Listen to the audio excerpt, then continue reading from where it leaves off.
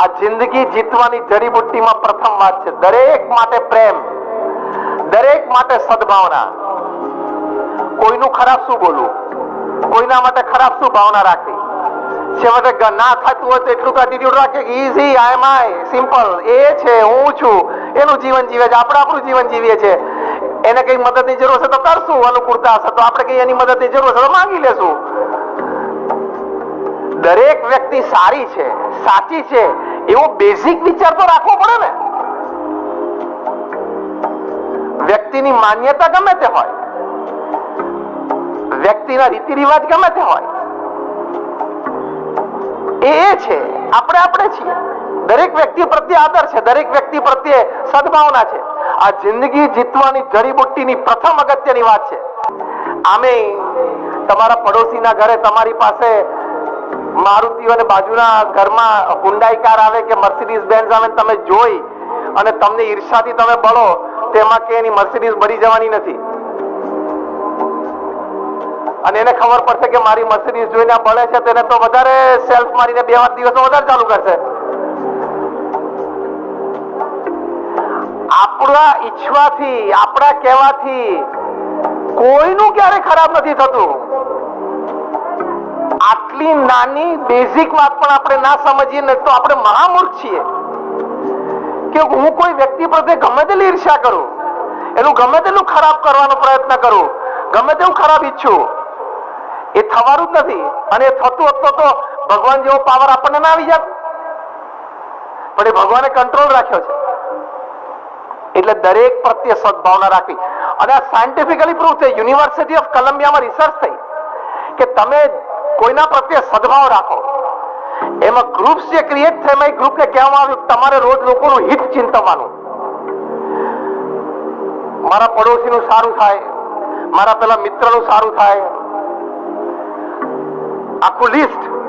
પણ એમાં ખાસ ઉમેરવાનું, મારા શાળા બનેવીનું સારું થાય, મારા સાસુ સસરાનું સારું થાય, એ લિસ્ટમાં આવે પાછું. તમારે સદભાવના રાખવાની, એવો તમે પ્રયત્ન કરો. એ કેળવો તમારું અંતર. અને એક ગ્રુપ હતું, એને કહ્યું કે તમે છૂટ રાખજો, કોઈના પ્રત્યે ખરાબ ભાવના થાય તો કદાચ વ્યક્ત પણ કરી દેવી ને બોલી પણ દેવું.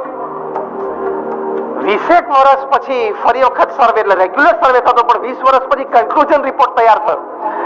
એમાં જે વ્યક્તિઓએ, આપણે બધા વ્યક્તિ છે એટલે મનુષ્યનો સાહજિક સ્વભાવ છે કે કોઈના પ્રત્યે અસદભાવના થાય, પણ છતાં પ્રયત્ન કરીને કેળવીને સદભાવના કેળવી. એ લોકોને, જે લોકોએ સદભાવના નથી કેળવી, એને કરતા 40% ઓછી શક્યતા હતી કાર્ડિયાક એરેસ્ટની. આ શારીરિક રીતે લાભ થયો કે નહીં, જિંદગી જીત્યા કે નહીં. એ લોકોને મૂડ સ્વિંગ, કે દિવસમાં ઘણી વખત આનંદ આવે, મજા આવે, પોઝિટિવિટી આવે, હાઈ આવે, અને ઘણી વખત લો આવે ને નેગેટિવિટી આવે. એ મૂડ સ્વિંગની માત્રા પણ જે સદભાવના રાખતા હતા એમને બહુ જ ઓછી હતી. આ પણ તમારા મેન્ટલ લાભ છે, આ પણ જીવન જીત્યા કહેવાય.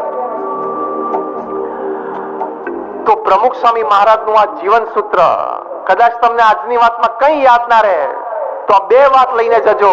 પહેલી વાત આ કે કોઈનું પણ અહિત થાય એવો ક્યારે વિચાર ના કરો. અને બીજું, બીજાના ભલામાં આપણું ભલું છે. કદાચ કોઈને આપણે શારીરિક રીતે, આર્થિક રીતે કે કોઈ કાર્યની દ્રષ્ટિએ મદદરૂપ ના થઈ શકીએ તો એની માટે પ્રાર્થના તો કરવી કે ભગવાન એનું સારું કરે. તો વ્યક્તિઓ સાથેના સંબંધોમાં પાયાની વાત છે. પ્રમુખ સ્વામી મહારાજને પૂછ્યું કે કયો વિચાર તમારા મનમાં હંમેશા રહે છે. એમણે કહ્યું કે જે વિચાર મને ક્યારેય નથી આવ્યો કહું. That was more interesting.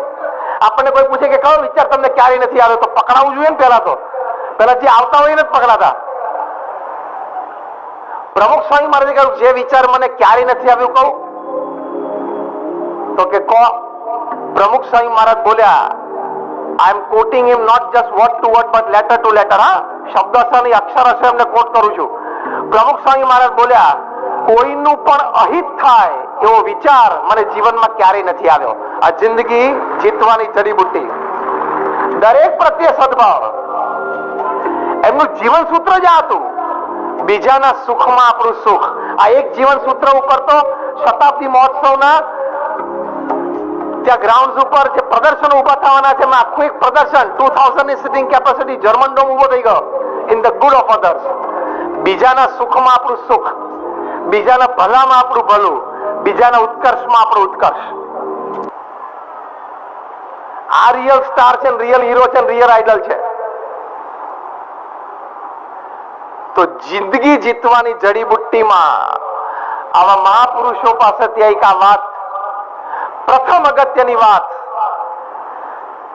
વ્યક્તિઓ સાથેના આપણા સંબંધો. આ પ્રથમ મુદ્દો છે.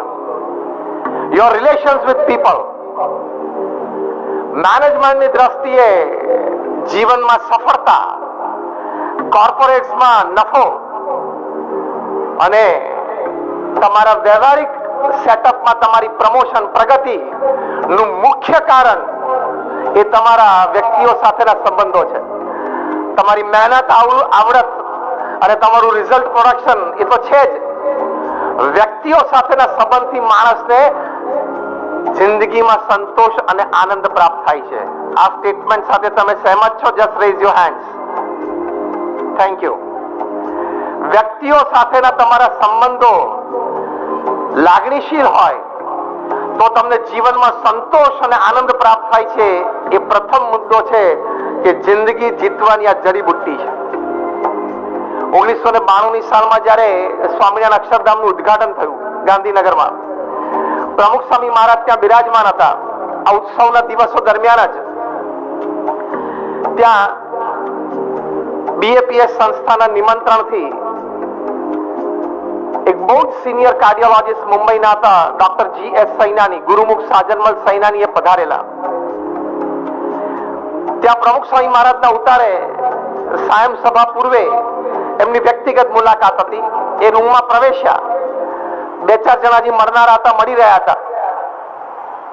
પ્રમુખ સ્વામી મહારાજને પહેલી વાર જોતા હતા પણ એમની આંખો સ્થિર થઈ ગઈ. એમને પૂછ્યું કે સર, હજી આ લોકોને 3-4 જણા મરનારા છે, તો would you like to have a seat? તમારે અનુકૂળ બેસવું છે? તો કે ના, હું જોઉં છું. એમણે પ્રમુખ સ્વામી મહારાજને મળ્યા ત્યારે કહ્યું કે સ્વામી, હું ફિઝિશિયન છું. અમારે 6 સેન્સ હોય. જીવ પ્રાણી માત્રને 5 સેન્સ હોય. શબ્દ, સ્પર્શ, રૂપ, રસ અને ગંધ. અમારે 6ઠી સેન્સ હોય. અમે લોકોની હૃદયની ભાવનાઓ, એના ચહેરાના સ્મિત, એના ફેશિયલ એક્સપ્રેશન્સ, એની આંખોની મુવમેન્ટ પરથી પકડી શકીએ. પણ